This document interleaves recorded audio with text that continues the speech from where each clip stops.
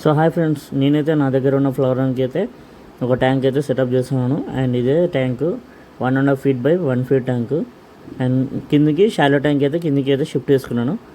ఇవ్వండి, కిందికి అయితే షిఫ్ట్ చేసుకున్నాను. అండ్ పైన మన బ్యాంబూ యాక్వాస్కేప్ ట్యాంక్ ఇది పైన పెట్టుకున్నాను.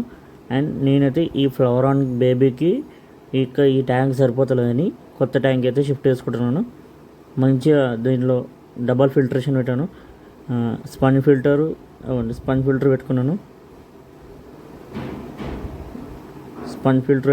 హీటర్ పెట్టుకున్నాను. అండ్ ఎయిర్ స్టోన్ కూడా పెట్టుకున్నాను. అండ్ ఒక హ్యాంగ్ అండ్ బ్యాక్ ఫిల్టర్ కూడా పెట్టుకున్నాను.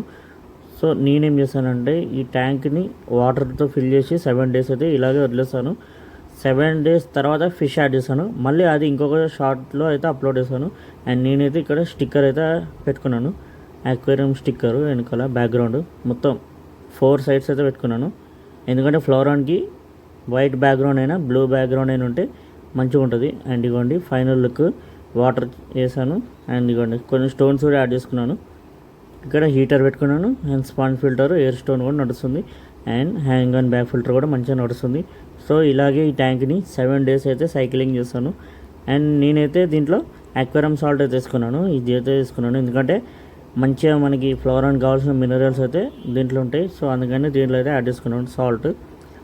అండ్ ఇలాగే 7 days దాకా సైక్లింగ్ పెట్టినాక ఫ్లోరాన్ అయితే వేస్తాను. నచ్చితే నా ఛానల్ని లైక్ చేయండి.